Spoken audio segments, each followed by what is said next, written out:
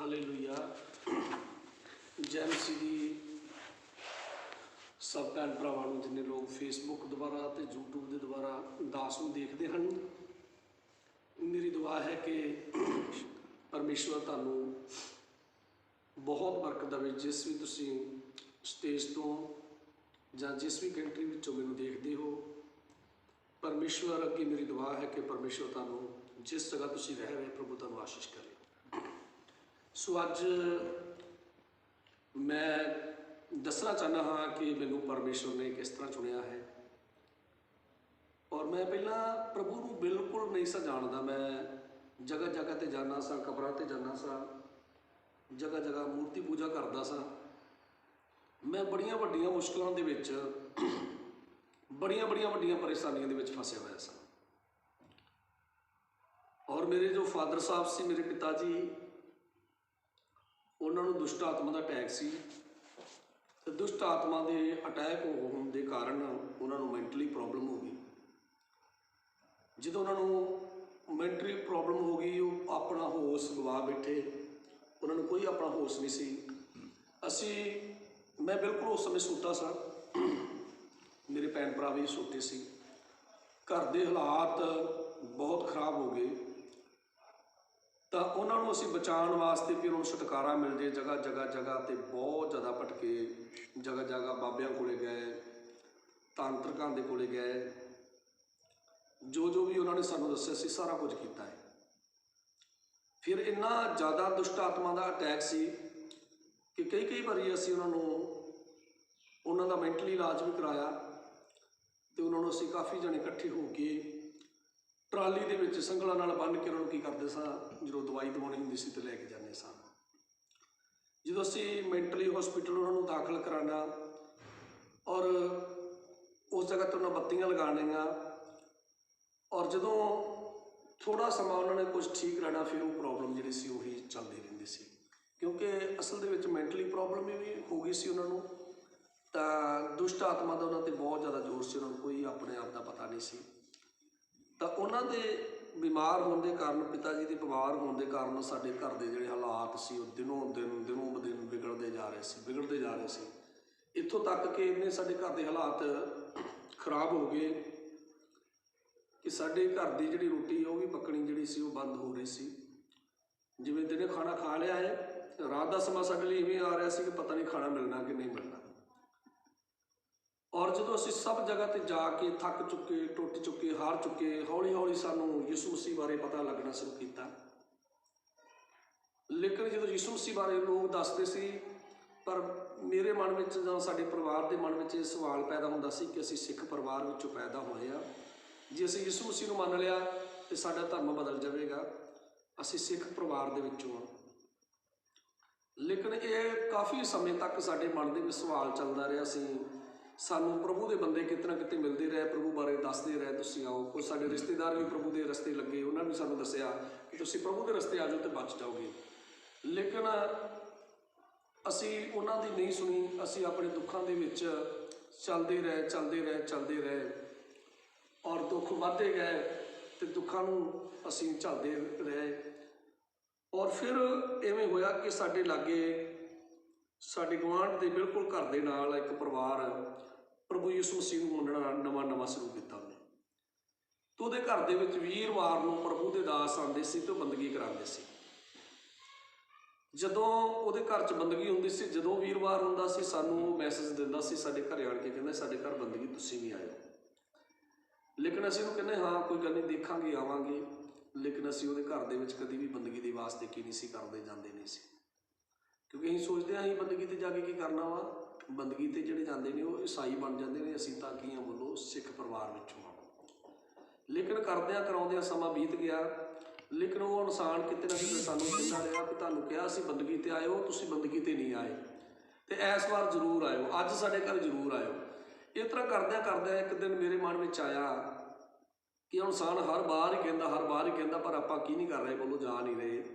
ਅਤੇ ਅੱਜ ਇਹਦੇ ਘਰ ਬੰਦਗੀ 'ਤੇ ਵੇਖਦੇ ਹਾਂ ਜਾ ਕੇ ਵੀ ਕੀ ਬੰਦਗੀ ਆ, ਕਿਵੇਂ ਬੰਦਗੀ ਕਰਦੇ ਆ, ਬੰਦਗੀ ਵੇਖੀਏ ਜਾ ਕੇ। ਚਲੋ, ਇਹ ਬੜੇ ਮਾਣ ਨਾਲ ਕਹਿੰਦਾ ਅਤੇ ਇਹਦਾ ਮਾਣ ਰੱਖਣਾ ਚਾਹੀਦਾ ਹੈ। ਅਤੇ ਜਦੋਂ ਮੈਂ ਉਸ ਘਰ ਦੇ ਵਿੱਚ ਬੰਦਗੀ ਦੇ ਲਈ ਮੈਂ ਗਿਆ ਤੇ ਸਭ ਜਾਣੇ ਜਿਹੜੇ ਪ੍ਰਭੂ ਦੇ ਲੋਕ ਸੀ ਉਹ ਬੈਠ ਕੇ ਦੁਆ ਕਰ ਰਹੇ ਸੀ। ਕੋਈ ਕਿਸੇ ਵੱਲ ਦੇਖ ਨਹੀਂ ਸੀ ਰਿਹਾ, ਸਭ ਦੀਆਂ ਅੱਖਾਂ ਬੰਦ ਸੀ, ਸਭ ਆਪਣੇ ਗੁੱਠਿਆਂ ਤੇ ਬੈਠੇ ਹੋਏ ਸੀ। ਆਪਣੇ ਹੱਥ ਇਸ ਤਰ੍ਹਾਂ ਕਰਕੇ ਉਹਨਾਂ ਨੇ ਕੀ ਕੀਤੇ ਸੀ, ਉੱਪਰ ਉਠਾਏ ਹੋਏ ਸੀ ਤੇ ਪਰਮੇਸ਼ਰ ਦਾ ਧੰਨਵਾਦ ਕਰੀ ਜਾ ਰਹੇ ਸੀ। ਤੇ ਸਭ ਬੈਠ ਕੇ ਗੁੱਠਿਆਂ ਤੇ ਬੈਠੇ ਹੋਏ ਸੀ ਤੇ ਜਿਹੜਾ ਪ੍ਰਭੂ ਦਾ ਦਾਸ ਸੀ ਉਹ ਇਕੱਲਾ ਖੜਾ ਸੀ। ਤੇ ਉੱਚੀ ਉੱਚੀ ਆਵਾਜ਼ ਦੇ ਨਾਲ ਪ੍ਰਾਰਥਨਾ ਕਰ ਰਿਹਾ ਸੀ ਕਿ ਕਿਸੇ ਦੀ ਅੱਖ ਖੁੱਲਣੀ ਨਹੀਂ ਚਾਹੀਦੀ, ਕਿਸੇ ਦਾ ਮੂੰਹ ਬੰਦ ਨਾ ਹੋਵੇ। ਸਭ ਜਣੇ ਉੱਚੀ ਆਵਾਜ਼ ਦੇ ਨਾਲ ਪ੍ਰਾਰਥਨਾ ਕਰੋ, ਆਪਣਾ ਧਿਆਨ ਪਰਮੇਸ਼ਰ ਵੱਲ ਲਗਾਓ। ਤੇ ਇਸ ਜਗ੍ਹਾ ਤੇ ਪ੍ਰਭੂ ਯਿਸੂ ਮਸੀਹ ਆ ਚੁੱਕੇ ਨੇ। ਤੁਸੀਂ ਅੱਖਾਂ ਬੰਦ ਕਰਕੇ ਜਦੋਂ ਤੁਸੀਂ ਦੇਖੋਗੇ ਤੇ ਪ੍ਰਭੂ ਨੂੰ ਆਪਣੇ ਸਾਹਮਣੇ ਦੇਖੋਗੇ। ਇਸ ਤਰ੍ਹਾਂ ਬਾਰ-ਬਾਰ ਉਹ ਅਗਵਾਈ ਕਰ ਰਿਹਾ ਸੀ, ਬੋਲ ਰਿਹਾ ਸੀ। ਸਭ ਜਣੇ ਮਗਨ ਹੋਏ ਸੀ ਪ੍ਰਾਰਥਨਾ ਦੇ ਵਿੱਚ। ਸਭ ਦਾ ਲਗਾਵ ਜਿਹੜਾ ਸੀ ਉਹ ਪਰਮੇਸ਼ਰ ਦੇ ਨਾਲ ਕੀ ਕੀਤਾ ਸੀ, ਕੋਲੋਂ ਲੱਗਿਆ ਹੋਇਆ ਸੀ। ਇੱਕ ਮੈਂ ਹੀ ਸਾਂ ਜਿਹਦਾ ਮਨ ਭਟਕ ਰਿਹਾ ਸੀ। ਜਦੋਂ ਮੈਂ ਉਸ ਜਗ੍ਹਾ ਤੇ ਗਿਆ ਤੇ ਮੇਰੇ ਅੰਦਰ ਦੁਸ਼ਟ ਆਤਮਾ ਦੀ ਤਾਕਤ ਸੀ, ਕਿਉਂਕਿ ਸਾਡੇ ਸਾਰੇ ਪਰਿਵਾਰ ਨੂੰ ਜਕੜਿਆ ਸੀ। ਸਾਡਾ ਕੋਈ ਕਾਰੋਬਾਰ ਨਹੀਂ ਸੀ ਚੱਲਦਾ, ਅਸੀਂ ਸਾਰੇ ਬਿਮਾਰ ਰਹਿੰਦੇ ਸਾਂ। ਮੇਰਾ ਫਾਦਰ ਸਾਹਿਬ ਵੀ ਬਿਮਾਰ ਰਹਿੰਦਾ ਸੀ ਤੇ ਉਹ ਦੁਸ਼ਟ ਆਤਮਾ ਦੀ ਜਿਹੜੀ ਪਾਵਰ ਸੀ ਉਹਨੂੰ ਅੱਗ ਲੱਗਣਾ ਸ਼ੁਰੂ ਹੋ ਗਈ। ਉਹ ਦੁਸ਼ਟ ਆਤਮਾ ਮੈਨੂੰ ਕਵੇ ਵੀ ਤੂੰ ਕਿੱਥੇ ਆ ਗਿਆ, ਭੱਜ ਜਾ ਇੱਥੋਂ। ਜਦੋਂ ਮੈਂ ਉਸ ਜਗ੍ਹਾ ਤੇ ਗਿਆ ਤੇ ਮੇਰੇ ਪਸੀਨੇ ਸੁੱਟ ਰਹੇ ਸੀ ਤੇ ਬਿਲਕੁਲ ਮੈਂ ਪਸੀਨੋ ਪਸੀਨੀ ਹੋ ਗਿਆ। ਡਰ ਲੱਗ ਰਿਹਾ ਸੀ, ਘਬਰਾਹਟ ਹੋਣ ਡਈ ਸੀ, ਉਹ ਬੜੀ ਬੇਚੈਨੀ ਹੋ ਰਹੀ ਸੀ ਕਿ ਮੈਂ ਕਿੱਥੇ ਆ ਗਿਆ। ਤੇ ਮੈਂ ਜਦੋਂ ਬੈਠ ਗਿਆ ਉਸ ਜਗ੍ਹਾ ਤੇ ਮੇਰਾ ਦਿਲ ਕਰ ਰਿਹਾ ਸੀ ਕਿ ਮੈਂ ਭੱਜ ਜਾਵਾਂ। ਮੈਂ ਸਭ ਦੇ ਵੱਲ ਦੇਖ ਰਿਹਾ ਸਾਂ ਕਿ ਕਿਸੇ ਦੀਆਂ ਅੱਖਾਂ ਖੁੱਲੀਆਂ ਤਾਂ ਨਹੀਂ, ਕੋਈ ਮੇਰੇ ਵੱਲ ਤਾਂ ਨਹੀਂ ਦੇਖ ਰਿਹਾ ਕਿ ਮੈਂ ਭੱਜਣਾ ਵਾ। ਉਸ ਜਗ੍ਹਾ ਤੇ ਮੈਂ ਭੱਜਣ ਦੀ ਕੋਸ਼ਿਸ਼ ਕਰ ਰਿਹਾ ਸਾਂ, ਪਰ ਜਦੋਂ ਮੈਂ ਉੱਠ ਕੇ ਭੱਜਣ ਲੱਗਦਾ ਸਾਂ ਤਾਂ ਪਰਮੇਸ਼ਰ ਦਾ ਦਾਸ ਜਿਹੜਾ ਪ੍ਰਚਾਰਕ ਉਸ ਜਗ੍ਹਾ ਤੇ ਪ੍ਰਾਰਥਨਾ ਦੀ ਅਗਵਾਈ ਕਰ ਰਿਹਾ ਸੀ ਸਾਰਿਆਂ ਨੂੰ, ਤੇ ਸਭ ਨੇ ਅੱਖਾਂ ਬੰਦ ਕੀਤੀਆਂ ਸੀ। ਉਹ ਬੋਲਦਾ ਸੀ, ਕਿਸੇ ਨੇ ਇੱਧਰੋਂ ਉੱਧਰ ਵੀ ਨਹੀਂ ਦੇਖਣਾ, ਪ੍ਰਭੂ ਯਿਸੂ ਮਸੀਹ ਤੁਹਾਨੂੰ ਦੇਖ ਰਹੇ ਨੇ, ਉਹ ਇਸ ਜਗ੍ਹਾ ਤੇ ਮੌਜੂਦ ਨੇ। ਪ੍ਰਭੂ ਯਿਸੂ ਮਸੀਹ ਮੰਡਲੀ ਦੇ ਵਿੱਚ ਆ ਚੁੱਕੇ ਨੇ। ਲੇਕਿਨ ਜਦੋਂ ਮੈਂ ਭੱਜਣ ਦੀ ਕੋਸ਼ਿਸ਼ ਕਰਦਾ ਸਾਂ ਉਸੇ ਸਮੇਂ ਪਰਮੇਸ਼ਰ ਦਾ ਦਾਸ ਬੋਲਦਾ ਸੀ ਕਿ ਕਿਸੇ ਨੇ ਇੱਧਰੋਂ ਉੱਧਰ ਨਹੀਂ ਦੇਖਣਾ। ਮੈਂ ਡਰ ਜਾਂਦਾ ਸਾਂ ਤੇ ਮੈਂ ਉਸ ਜਗ੍ਹਾ ਤੇ ਬੈਠ ਜਾਂਦਾ ਸਾਂ। ਮੈਂ ਸੋਚਦਾ ਹਾਂ ਕਿ ਮੈਂ ਜਦੋਂ ਭੱਜਣ ਦੀ ਕੋਸ਼ਿਸ਼ ਕਰਦਾ ਉਦੋਂ ਪ੍ਰਭੂ ਦਾ ਦਾਸ ਦੇਖ ਰਿਹਾ। ਤਾਂ ਮੈਂ ਇਸ ਤਰ੍ਹਾਂ ਕਰਕੇ ਡਰਦਾ ਕੁਝ ਸਮਾਂ ਬੈਠਾ ਰਿਹਾ। ਲੇਕਿਨ ਮੈਂ ਬੜੀ ਕੋਸ਼ਿਸ਼ ਕੀਤੀ ਕਿ ਮੈਂ ਭੱਜ ਜਾਵਾਂ। ਇਹਨਾਂ ਨੇ ਅੱਖਾਂ ਬੰਦ ਕੀਤੀਆਂ, ਲੇਕਿਨ ਮੈਂ ਭੱਜਣ ਵਿੱਚ ਕਾਮਯਾਬ ਨਹੀਂ ਹੋਇਆ। ਲੇਕਿਨ ਜਦੋਂ ਮੇਰੀ ਪਰੇਸ਼ਾਨੀ ਵੱਧਦੀ ਜਾ ਰਹੀ ਸੀ, ਉਹ ਦੁਸ਼ਟ ਆਤਮਾ ਮੈਨੂੰ ਬੇਚੈਨ ਕਰੀ ਜਾ ਰਿਹਾ ਸੀ। ਮੈਨੂੰ ਐਂ ਲੱਗ ਰਿਹਾ ਸੀ ਕਿ ਮੇਰਾ ਜਿਹੜਾ ਸਾਹ ਆ ਇਹ ਗੁੰਮ ਹੋ ਜਾਣਾ ਵਾ, ਬੰਦ ਹੋ ਜਾਣਾ ਵਾ। ਮੈਂ ਸੋਚਿਆ ਕਿ ਮੈਂ ਕਿਵੇਂ ਬਚਾਂ। ਫਿਰ ਮੈਂ ਸੋਚਿਆ ਕਿ ਜੋ ਇਹ ਕਹਿੰਦੇ ਨੇ ਇਵੇਂ ਮੈਂ ਕਰ ਲਵਾਂ, ਕੀ ਪਤਾ ਇਵੇਂ ਕਹਿਣ ਨਾਲ ਮੇਰਾ ਬਚਾਅ ਹੋ ਜਾਵੇ, ਮੇਰਾ ਛੁਟਕਾਰਾ ਹੋ ਜਾਵੇ। ਤੂੰ ਸਭ ਹੱਥ ਉਠਾ ਕੇ ਕਹਿ ਰਹੇ ਸੀ ਕਿ ਪਰਮੇਸ਼ਵਰ ਤੇਰੀ ਤਾਰੀਫ ਤਾਰੀਫ ਤਾਰੀਫ ਤਾਰੀਫ ਤਾਰੀਫ ਤਾਰੀਫ। ਮੈਂ ਤਾਂ ਹੌਲੀ ਹੌਲੀ ਬੋਲ ਰਿਹਾ। ਉਹ ਇੰਨਾ ਜ਼ਿਆਦਾ ਸਪੀਡ ਵਿੱਚ ਪਰਮੇਸ਼ਰ ਦੀ ਤਾਰੀਫ ਕਰ ਰਹੇ ਸੀ ਤੇ ਇੱਕ ਹੀ ਸ਼ਬਦ ਨੂੰ ਜ਼ਿਆਦਾ ਉਹ ਇਸਤੇਮਾਲ ਕਰ ਰਹੇ ਸੀ, ਤਾਰੀਫ ਤਾਰੀਫ ਤਾਰੀਫ ਤਾਰੀਫ ਤਾਰੀਫ ਤਾਰੀਫ। ਲੇਕਿਨ ਜਦੋਂ ਇੰਨੀ ਆਵਾਜ਼ ਵਿੱਚ ਸਾਰੇ ਮਿਲ ਕੇ ਕਰ ਰਹੇ ਸੀ ਤੇ ਉਹਨਾਂ ਦੀ ਇੱਕੋ ਆਵਾਜ਼ ਸੀ ਤੇ ਸਭ ਜਣੇ ਉੱਚੀ ਆਵਾਜ਼ ਦੇ ਨਾਲ ਕਰ ਰਹੇ ਸੀ, ਕਿਸੇ ਨੂੰ ਸੁਸਤੀ ਨਹੀਂ ਸੀ ਪੈ ਰਹੀ। ਤਾਂ ਮੈਂ ਉਸ ਸਮੇਂ ਜਦੋਂ ਉਹਨਾਂ ਦੀ ਆਵਾਜ਼ ਨੂੰ ਸੁਣ ਰਿਹਾ ਸਾਂ ਤੇ ਮੈਂ ਸੋਚ ਰਿਹਾ ਸਾਂ ਕਿ ਮੈਂ ਵੀ ਫਿਰ ਕਹਿ ਲਵਾਂ ਇਵੇਂ ਕਿ, ਪਰ ਮੈਨੂੰ ਉਹਨਾਂ ਦੇ ਬਾਰੇ ਪਤਾ ਨਹੀਂ ਸੀ ਲੱਗਾ ਕੀ ਕਹਿੰਦੇ ਨੇ। ਪਰ ਮੈਂ ਜਦੋਂ ਕੰਨ ਲਾ ਲਾ ਕੇ ਧਿਆਨ ਦੇ ਨਾਲ ਸੁਣਿਆ ਤਾਂ ਮੈਨੂੰ ਐਵੇਂ ਲੱਗਾ ਕਿ ਤਾਰੇ ਤਾਰੇ ਕਹਿੰਦੇ ਨੇ। ਵੀ ਸ਼ਾਇਦ ਮੈਂ ਆਪਣੇ ਦਿਮਾਗ ਨਾਲ ਸੋਚਿਆ ਵੀ ਸ਼ਾਇਦ ਇਹ ਤਾਰਿਆਂ ਦੀ ਬੰਦਗੀ ਕਰਦੇ ਨੇ, ਕਿਉਂਕਿ ਕਈ ਲੋਕ ਹੈਗੇ ਨੇ ਦੁਨੀਆ ਵਿੱਚ ਜਿਹੜੇ ਸੂਰਜ ਦੀ ਪੂਜਾ ਕਰਦੇ ਨੇ, ਕਈ ਲੋਕ ਚੰਦਰਮਾ ਦੀ ਕੀ ਕਰਦੇ ਨੇ, ਪੂਜਾ ਕਰਦੇ ਨੇ, ਕਈ ਲੋਕ ਰੁੱਖਾਂ ਦੀ ਕੀ ਕਰਦੇ ਨੇ, ਪੂਜਾ ਕਰਦੇ ਨੇ, ਕਈ ਲੋਕ ਬੁੱਤਾਂ ਦੀ, ਪੱਥਰਾਂ ਦੀ ਕੀ ਕਰਦੇ ਨੇ, ਪੂਜਾ ਕਰਦੇ ਨੇ। ਤਾਂ ਮੈਂ ਸੋਚਿਆ ਕਿ ਸ਼ਾਇਦ ਇਹ ਲੋਕ ਤਾਰਿਆਂ ਦਾ ਨਾਮ ਜਪਦੇ ਨੇ, ਤਾਰਿਆਂ ਦੀ ਭਗਤੀ ਕਰਦੇ ਨੇ। ਮੈਂ ਸੋਚਿਆ ਕਿ ਤਾਰੇ ਕਹਿ ਰਹੇ ਨੇ ਤੇ ਮੈਨੂੰ ਨਹੀਂ ਸੀ ਪਤਾ ਲੱਗ ਰਿਹਾ ਕਿ ਇੰਨੀ ਸਪੀਡ 'ਚ ਬੋਲਦੇ ਸੀ ਕਿ ਇਹ ਤਾਰੀਫ ਕਹਿ ਰਹੇ ਨੇ। ਤੇ ਮੈਂ ਜਦੋਂ ਬਚਣ ਦਾ ਉਪਰਾਲਾ ਕੀਤਾ ਕਿ ਮੈਂ ਕੋਸ਼ਿਸ਼ ਕੀਤੀ ਕਿ ਮੈਂ ਬਚਾਂ, ਕਿਉਂਕਿ ਮੇਰਾ ਸਾਹ ਜਿਹੜਾ ਸੀ ਬੰਦ ਹੋ ਰਿਹਾ ਸੀ, ਦੁਸ਼ਟ ਆਤਮਾ ਮੈਨੂੰ ਤੰਗ ਕਰ ਰਿਹਾ ਸੀ, ਅਟੈਕ ਕਰ ਰਿਹਾ ਸੀ। ਤਾਂ ਪਹਿਲੀ ਵਾਰ ਗਿਆ ਸਾਂ, ਡਰ ਗਿਆ, ਘਬਰਾ ਗਿਆ ਬਹੁਤ ਜ਼ਿਆਦਾ। ਭੱਜਣ ਦੀ ਕੋਸ਼ਿਸ਼ ਕਰ ਰਿਹਾ ਸਾਂ ਪਰ ਕੀ ਨਹੀਂ ਸੀ ਹੋ ਰਿਹਾ, ਮੈਨੂੰ ਕਾਮਯਾਬ ਨਹੀਂ ਹੋਇਆ ਭੱਜਣ 'ਚ ਉਸ ਜਗ੍ਹਾ ਤੋਂ। ਪਰ ਉਸ ਦਿਨ ਜਦੋਂ ਮੈਂ ਉੱਥੇ ਬੈਠ ਕੇ ਆਪਣੇ ਹੱਥ ਉਠਾਏ, ਮੈਂ ਵੀ ਗੁੱਠਣੇ ਟੇਕੇ ਤੇ ਮੈਂ ਵੀ ਤਾਰੀਫ ਨਹੀਂ ਬਲਕਿ ਮੈਨੂੰ ਐਵੇਂ ਲੱਗਾ ਤਾਰੇ ਤਾਰੇ ਕਹਿੰਦੇ। ਮੈਂ ਤਾਰੇ ਤਾਰੇ ਤਾਰੇ ਕੀਤੇ ਹੱਥ ਉਠਾ ਕੇ ਤੇ ਮੈਂ ਵੀ ਉਹਨਾਂ ਵਾਂਗਰ ਬੜੀ ਉੱਚੀ ਆਵਾਜ਼ ਦੇ ਨਾਲ ਅੱਖਾਂ ਬੰਦ ਕਰ ਲਈਆਂ, ਤਾਰੇ ਤਾਰੇ ਕਰੀ ਗਿਆ। ਤਾਂ ਪਰਮੇਸ਼ਰ ਦਾਸ ਬੋਲ ਰਿਹਾ ਸੀ ਕਿ ਪ੍ਰਭੂ ਆ ਚੁੱਕੇ ਨੇ ਇਸ ਜਗ੍ਹਾ ਤੇ। ਤੁਸੀਂ ਆਤਮਾ ਦੇ ਵਿੱਚ ਪ੍ਰਭੂ ਨੂੰ ਕੀ ਕਰ ਸਕਦੇ ਹੋ, ਦੇਖ ਸਕਦੇ ਹੋ। प्रभु यीशु मसीह इस जगह पर मौजूद ने और जो बोल रहे सी तो मेरे अंदर विश्वास होना शुरू हो गया कि प्रभु यीशु मसीह सचमुच की बोलो हाजिर है गया। इस तरह की तो मैं कभी बंदगी नहीं की कि सुनी कि एक मन हो के उच्ची उच्ची आवाज़ के रौला पा पा के मैनू की कर रहे हैं, किवें प्रार्थना कर रहे हैं। तो मैनू लगा कि सचमुच जो ये प्रभु के दास बोलते हैं ये झूठ नहीं हो सकता, सच ही हो सकता। तां ही तो बार बार जोर लगा लगा के ये बार बार कह रहा कि प्रभु यीशु मसीह इत्थे आ चुके हैं। तो तां ही करके सारे लोग हाथ उठा के गुठियां ते बैठ के उच्ची उच्ची आवाज़ के नाल की करते पे ने, प्रार्थना करते हैं। तो मेरा विश्वास उस समय जो मैं ध्यान दिता प्रार्थना वाल, तो मेरा ध्यान मैनू विश्वास होना शुरू होया। तो मैं तारीफ नहीं की, मैनू प्रार्थना करनी नहीं सी आती, मैनू कुछ नहीं सी पता यीशु मसीह कौन आ, मैनू कुछ नहीं सी पता बंदगी किवें की जाती आ, मैनू कुछ नहीं सी पता कि प्रार्थना किवें करनी हैगी आ। मैं उच्ची उच्ची आवाज़ नाल बोलिया तारे तारे तारे तारे, इस तरह करके मैं किया। लेकिन प्रभु जानते सी कि अनजान बंदा है, इनू कुछ नहीं पता, ये बोल तो उल्ट रहा वा, पर इन्ने काफ़ी है कि इन्हें अपना दिल जिहड़ा वा खोल के कोशिश की प्रार्थना करने की, कोशिश की कि मैनू पकारन दी। तो मैनू पता नहीं कि उस जगह पर प्रभु यीशु मसीह किसी को नज़र आए या नहीं आए, किसी ने प्रभु के दर्शन किए या नहीं किए, पर वो जगह पर कुछ ही मिनटों के प्रभु यीशु मसीह मेरे चेहरे के की सी बोलो सामने सी। मैं प्रभु यीशु मसीह को उस जगह पर खड़ा देखा। जो प्रभु यीशु मसीह को खड़ा देखा तो प्रभु यीशु मसीह के शरीर विचों, उहदे हत्थां विचों, उहदे सारे उहदे चेहरे विचों, उहदे सारे शरीर विचों एक रोशनी दी तेज किरणां जिहड़ियां सी वो निकलियां। तो मेरे चेहरे ते जदों पईयां तो मेरे शरीर के अंदर दुष्ट आत्मा सी, क्योंकि दुष्ट आत्मा ने मेरे घर को नरक बनाया होया सी। ते असीं सारा परिवार ही दुष्ट आत्मा के ਸਕੰਜੇ ਦੇ ਵਿੱਚ ਸਾਂ ਤੇ ਸਾਡਾ ਕਿਤੇ ਛੁਟਕਾਰਾ ਨਹੀਂ ਸੀ ਹੋ ਰਿਹਾ। तो उस दुष्ट आत्मा मेरे अंदर भी सी। ਜਦੋਂ ਉਹ ਪ੍ਰਭੂ ਦੇ ਵਿੱਚੋਂ ਰੌਸ਼ਨੀ ਨਿਕਲ ਕੇ ਮੇਰੇ ਉੱਪਰ ਪਈ, ਮੈਂ ਦੇਖਿਆ ਉਹ ਦਰਸ਼ਨ, ਉਹ ਸਭ ਕੁਝ ਅੱਜ ਤੱਕ ਮੈਨੂੰ ਯਾਦ ਆ ਕਿ ਉਹ ਜਦੋਂ ਰੌਸ਼ਨੀ ਪਈ, ਰੌਸ਼ਨੀ ਮੇਰੇ ਸਰੀਰ ਦੇ ਵਿੱਚ ਚਿਹਰੇ ਤੋਂ ਲੈ ਕੇ ਔਰ ਪੈਰਾਂ ਤੱਕ ਹੌਲੀ ਹੌਲੀ ਜਿਵੇਂ ਜਿਵੇਂ ਬੋਡੀ ਦੇ ਵਿੱਚ ਜਾ ਰਹੀ ਆ, ਤਾਂ ਮੈਨੂੰ ਉਹ ਸਾਫ਼ ਕਰੀ ਆ ਰਹੀ, ਮੈਨੂੰ ਉਹਨੇ ਪੂਰੀ ਤਰ੍ਹਾਂ ਫਿਲਟਰ ਕਰ ਦਿੱਤਾ। ਇਵੇਂ ਹੋਇਆ ਕਿ मेरे शरीर चों पूरा ब्लैक कलर का धुआं, काला धुआं वो की होया बहुत ज़्यादा मेरे विचों निकलिया।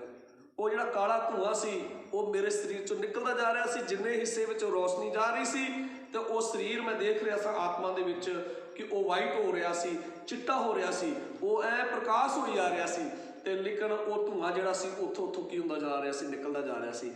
तो वो मेरे सिर तो लैके दिमाग तो लैके पैरों तक वो रोशनी गई, तो पैरों तक परमेश्वर ने वो दुष्ट आत्मा नूं की कीता, मेरे शरीर चों वो काले धुएं नूं कढिया। तो उस समय पहला मैनूं डर लग रहा सी। तो जदों वो देखिया मैं वो दुष्ट आत्मा निकली तो मैं बड़ी शांति दे नाल भर गया। इन्नी खुशी महसूस किया जिंदगी दे विच पहली बार, क्योंकि मैं तो बचपन जिहड़ा हैगा सी, फादर साहब के बीमार होने के कारण घर च गरीबी आ गई बहुत ज़्यादा। तो रोटी की पानी की हर गल की चिंता, हर गल की परेशानी रहिंदी सी। ते और वो बड़ा दुखों के विच समा बतीत किया सी, पर शांति ते आनंद कभी महसूस नहीं सी कीता। उस दिन पहली बार मैं शांति ते आनंद नूं महसूस किया। तो एक मैनूं बड़ा होया कि जिन्हों मैं कहना सा कि प्रभु यीशु मसीह नूं मन के ईसाई बन जावांगे। अज तक किसी भी मैनूं किसी पीर बाबे ने या किसी भी जगह पर मैं गया वां, अज तक कोई मेरे सामने नहीं आया कि मैं हर जगह पर कहना सक जे कोई रब है तो मेरे सामने आवे, मेरे परिवार का छुटकारा होवे, मेरा छुटकारा होवे। जगह जगह पर नक रगड़ रगड़ के नक घस गया सी, पर कोई सामने आया नहीं। बस जिंदगी दे विच कदी हस के नहीं सी देखिया। रात नूं भी रोना तो दिन वेले रोना तो दोपहर वेले रोना, क्योंकि चिंता बड़ी रहिंदी सी कि साडा घर वस जाएगा, साडा बचाव होवेगा किते, साडा छुटकारा किते होवेगा या नहीं होवेगा। लेकिन जो यीशु मसीह आए तो इन्नी खुशी, इन्ना आनंद होया कि अज पहली बार ही जिंदगी में आए हैं। तो अज प्रभु यीशु मसीह के दर्शन होए आ, वो शांति, वो आनंद, वो खुशी महसूस किया वा। तो यकीन होया, विश्वास होया यही परमेश्वर आ, यही सच्चा परमेश्वर आ, ਇਹਦੇ ਵਿੱਚ ਹੀ ਸੱਚਾਈ ਆ। ਔਰ मैं फैसला लिया कि सचमुच हुण मैनूं प्रभु का हो जाना चाहिए है, मैनूं प्रभु की बंदगी करनी चाहिए है। सो मेरे अजीज़ भैन भरावो, जदों मैं उस जगह पर बैठा सा तो मेरा बिल्कुल, मैं उस समय अणजाण सा परमेश्वर के दासां दे नाल गल करन दा मेरा हौसला भी नहीं पिया कि मैं उन्हां नूं दसां। लेकिन मेरा उस जगह तो उठण नूं दिल नहीं सी कर रहा कि मैं रब दे दासां कोल उठ के चला जावां। पर जदों मैं घरे आया, अपनी मम्मी नाल गल कीती, मम्मी कहती नहीं, आपां प्रभु यीशु मसीह नूं नहीं मन सकते। 1.5 ਤੋਂ 2 महीने साडे घर दे विच साडे मां पुत्तां दी बहस चली भी नहीं, आपां प्रभु यीशु मसीह नूं की नहीं कर सकते, मन नहीं सकते। लेकिन मैं जिद ते अड़ गया। मैं क्या, घर दे हालात बुरे ने, दुखां ने घेरा पाया ने, घर नास होण ते आया होया वा, किसी बन्ने कोई किनारा नज़र नहीं आ रहा, कोई बचाव का उम्मीद नहीं हैगी कि परिवार बच जाएगा। पर मैं जो यीशु मसीह दे विच सच्चाई देखी है, जो मैं देखा, उन्होंने मैं भुल नहीं सकता। लेकिन मैं अज मैं यीशु मसीह का हो गया, मैं यीशु मसीह को मनना है। सो मेरे भैन भरावो, मेरी जिद करने के कारण मेरी मम्मी मेरे नाल सहमत हो गई। असी दोनों ने, मैं तो मेरी मम्मी ने चर्च जाना शुरू किया। लेकिन मेरे डैडी ते दुष्ट आत्मा का अटैक सी बहुत ज़्यादा। असी जो चर्च जाने सां, घर आके प्रेयर करते सां, तो जिहड़ा दुष्ट आत्मा से उन्होंने पता लग जाता सी, ये प्रार्थना करते हैं, ये चर्च जाते हैं। तो कई बारी जो असी प्रेयर करते सां, तो प्रेयर करदे वो शैतान जो डैडी ते अटैक करता सी, तो डैडी साडे ते की करता सी, अटैक करता सी। कई बारी वो डांगा मारदा सी प्रार्थना करदिआं। ते धन्नवाद परमेश्वर का कि परमेश्वर साडे नाल आण के खड़ जांदा सी। वो जो डांगा इन्ने गुस्से दे विच, पागलपन दे विच मारदा सी, वो डांगा इधर उधर वज जांदियां सी, पर प्रभु सानू की कर लैंदा सी, सੱਟ तो बचा लैंदा सी। दुख का समा सी बहुत ज़्यादा। उस समय घर दे विच प्रार्थना करना एक बड़ा वड्डा साडे लई, मेरे वास्ते सख्त बैन सी लगा होया सी। बड़ी सख्त मनाही सी कि घर दे विच प्रार्थना नहीं सा कर सकते। जद डैडी घरे नहीं सी हुंदा तो फिर प्रार्थना करते सा। जां उस समय च जिहड़ी मैं प्रेयर कीती आ, मैं खेतां दे विच जाके जां वड्डियां वड्डियां चरियां जां सरों जां मेरे एरिए दे विच कोई बाहर जिहड़ी औकांत जगह हैगी जिथे काफ़ी वड्डे वड्डे झाड़ियां ने, बूझे ने, इहो जिहियां जगह दे विच, औकांत जगह दे विच मैं बैठ के की कीती, प्रार्थना करता रहा। क्योंकि घर दे विच मेरे लिए प्रार्थना करनी बड़ी मुश्किल सी। क्योंकि जद प्रार्थना करते सन तो डैडी चाहे वो सुते भी हुंदे सी, उन्होंने शैतान जगा दिंदा सी, पर उस समय घर दे विच लड़ाई झगड़ा, डांग सोटा चलना शुरू हो जाता सी। उन्होंने समझ भी नहीं सी इन्नी, जो कुछ आंदा सी मार दिंदे सी। दातर आया, डांग आई, वो की करते सी, मार दिंदे सी। पर असीं अज शुक्र करते रब दा, उस हालातों विचों सानू जे बचाया, तो परमेश्वर ने की कीता वा, बचाया।